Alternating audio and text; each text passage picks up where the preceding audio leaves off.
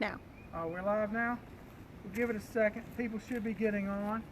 Remember, I'm Keith. I'm over here at the community center, and today we're going to talk about campfire safety, how to put a campfire out, and we're going to show you how to make some s'mores and this little creation that this fat guy made called a banana cone.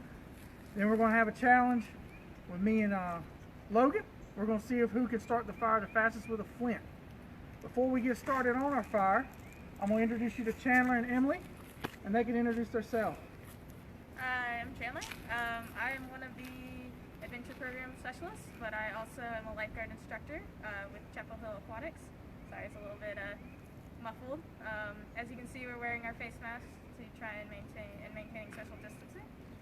But yeah, I'm going to be talking about what to do if you get burned and how to try and avoid any serious injuries. Hi, I'm Emily Powell. I'm with the Chapel Hill Fire Department. I'm the educator, so I am in charge of all of our outreach. I'm going to be interspersing some safety messages and letting you know if you're not out camping, how you could use this at home. And I'm going to resist the urge to put out their fire immediately. All right. So what are some things to do if I happen to catch on fire when I light this up? So the first thing you want to do is remove yourself or any victims from the source of the burn. And that's the same for any type of burn. So whether it be from a campfire or electrical burn or even sunburn, you want to get out of the sun so that way you minimize the amount of damage that's being done. The next thing you want to do is take yourself or your victim and you want to run whatever the burned area is under cool water, right? You don't want to put ice on it because that can cause it to lose heat way too quickly, and it can also cause the opposite problem, frostbite, because you're going to have a lot of really sensitive nerves potentially being exposed. And then you want to evaluate the severity of the burn. If it's like all over their arms or all over their face, that's when you want to call EMS, right? But if it's just like a small little burn, that's when you can pretty much take care of it at home. You may want to use some antiseptic ointments if you have access to it, just to keep it from getting infected. Just watch it, make sure it's not going to get infected over the next couple of days. And the other thing you want to make sure is that your victim is not in shock. So shock is a physical syndrome that is a response to trauma. And so what shock can do is it causes irritability, it can cause you to lose a lot of body temperature. Basically, it's like when your body is freezing and an overreaction of the fight or flight response. It just causes you to freeze and panic. So best thing you can do is help the victim lay down, try and keep them calm, talk to them, just try and keep them distracted a little bit, and then make sure that they're not getting too cold because they can lose a lot of body heat very, very quickly. Emily, can I start a fire right here in this pit, or do I need to have a commercial pit, or can I just use an old burn barrel like we used to do back in the day? Great question. So in the town of Chapel Hill, in the city limits, you need to follow the town ordinance. So that means that you must have a small fire, which would be 3 feet wide, 2 feet tall, in a commercial pit. So that is something that you would buy. Your other option is a masonry pit that you design. So this is not ideal, but it is allowed. The only other thing that we would say is make sure that you are 25 feet away from a structure. So that's any building, including a shed. You don't have any overhanging tree branches, especially dead tree branches, and you have a nice safe area around your fire pit of non-combustibles, which is a fancy word for no dry grasses, tree branches, shrubs, and that your fuel source is kept away from your fire pit. All right, I'm going to start it up. Let's see if I can start it. Wow, look how easy that was. So I probably should take my hand out the fire, right? Oh, wow, look at that. Burn your hand. You should right definitely off. pay attention to what you're doing. Oh, you have to pay attention to what you're doing. Take the hair right off. Barbershop ain't open, so I gave myself a little bit of a manicure. Just stand in the fire like right here. No! You get one. Oh, We definitely need a safe zone of 3 to 5 feet, and that is especially important if you have children and pets. So the big problem that we might not anticipate is a pet that wanders around and might kick a branch or something that is hanging outside the fire pit. So make sure all your fuel is well contained in the middle of the fire pit and nothing hangs over where it could get kicked and flip out. So our pet is, Asher the adventure dog is way away from the fire, taking it easy. Supervisor. Right there. So we're going to start, me and Logan are going to make some s'mores. I'm going to let you get your own marshmallow. Thank you, sir. Emily and Chandler, if y'all want to, but let's keep our distance as we can. And we're going to talk about a little bit of s'more cooking here. Obviously I'm fat, so I know how to cook a s'more. So what you want to do is you want to flame it up. If your s'more catches on fire, if you like it burnt, some people do. Some people, if it catches on fire like this right here, Yeah. It's burning all right. They're It's definitely non-combustible. burning. all right, if it's smoking like that, you don't want to shake it. If I shake it and this lands on Logan, Woo! it's just going to keep burning. It's gonna be hot. It's going to be hot. That's not the hot marshmallow I want. So if it does catch on fire, you should blow it out, all right? I had my mask on. So blow it out. Don't shake your s'more. Blow out your s'more. If it gets too crusty like that, sometimes it's just better to let it go. All right, burnt s'more is not good. So we're gonna make sure you tell us to go your s'more out so you stay your distance away. You gotta pull the stick So out. we're gonna try to Pull the make stick us out? a s'more. It's a telescoping. Oh, These fancy sticks. fancy. We didn't have these where I grew up. So you can use a clothes hanger, but people don't like it. So we're gonna get our s'more. You don't want to just put it on a stick from the ground? You can, but I wouldn't suggest it. I would get some of these nice fancy s'more cookers. So where you get that at? That was an Amazon purchase. Amazon. Oh, what do I Uh do? oh. Blow it out. So that's a nope. There you go. That means your mask is good if you can't blow out the marshmallow, right? Alright, I Your guess mouth so. is doing its job. So we'll come over to our s'mores. Oh, let's see. I forgot to get the chocolate ready. Our smorgasbord of s'mores over here. Missing just the chocolate. Half chocolate. So Keith forgot that chocolate melts in the sunlight. So where did we keep all of our s'more stuff? In the sunlight. In the sunlight, yeah. So we get our s'more, we put our chocolate down, put our marshmallow, and here's a nice safe way to keep it. Smush it together still on the stick, and just pull it off. Ooh. And then you have your s'more right there. Now, here's the problem. You gotta eat our s'more. So you gotta get your mask up. 6 feet away from everybody else. And then you can eat your s'more. These are nice s'mores. There's another thing we can do. We call it a little banana boat. So right now I'm just cleaning off my stick real quick. Chandler's working on a golden brown over here. Working on golden brown. Perfecting it. I can see the gold on the tip.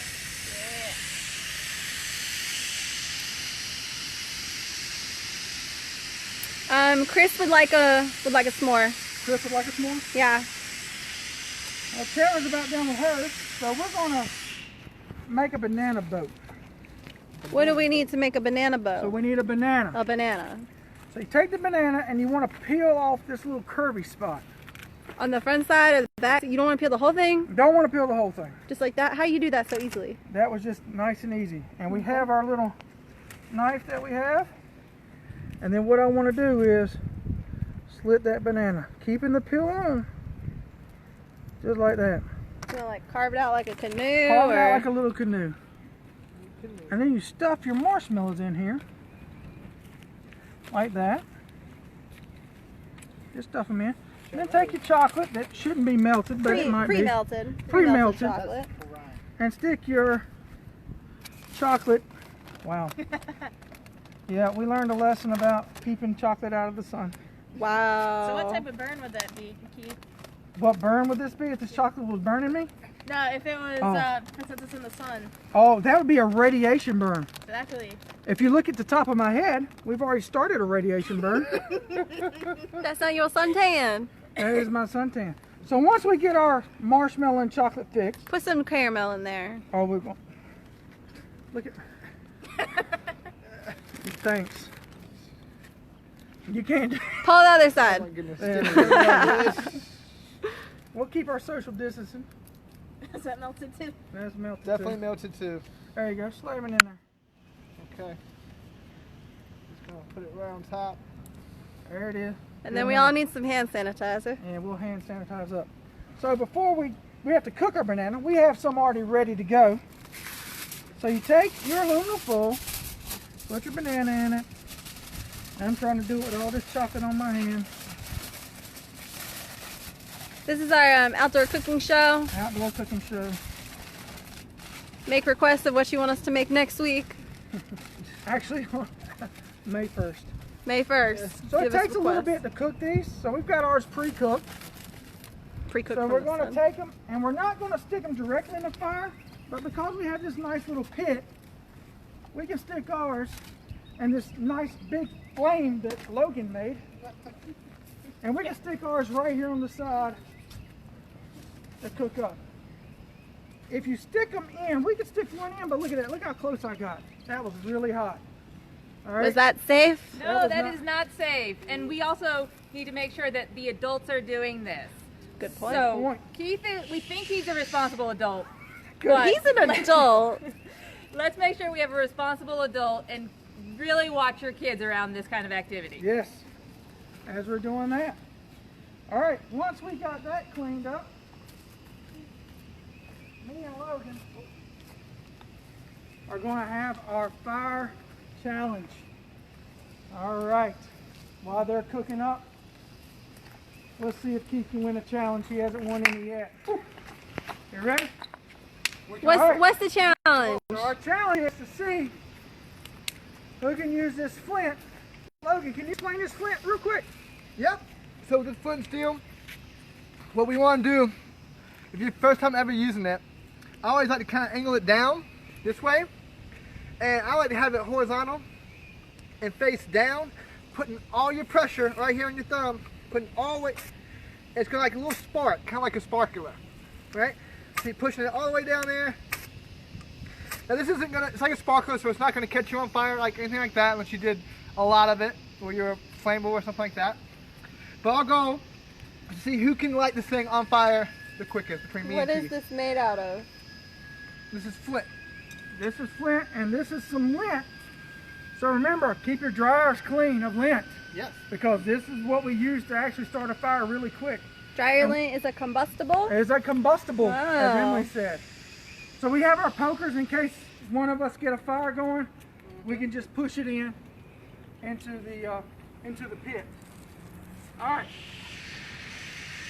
Are you ready? All right, I'm ready. Mark, set, go. Oh, I got it. Oh, Oh, come on, man.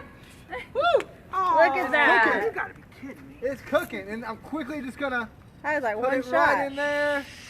And it's We're a gonna Keith's put- fire. Oh, okay. No one likes a sore loser, Keith.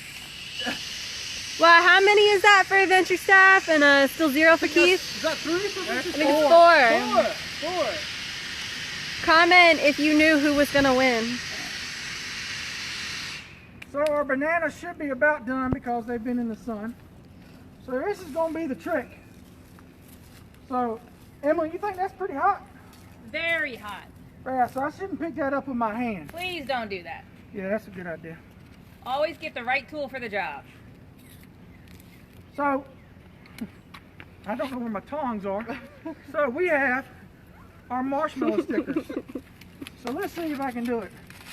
Well, I Why can at don't least you- get it over there. Spirit. Here. There we go, that works. Yeah, that's where you stick it. All right. Now remember, that's still hot. That aluminum was still hot, so let's wait a little bit on that one. Let's get that one.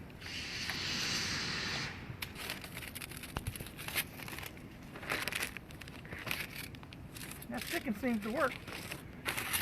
Better than me sticking my hand in there.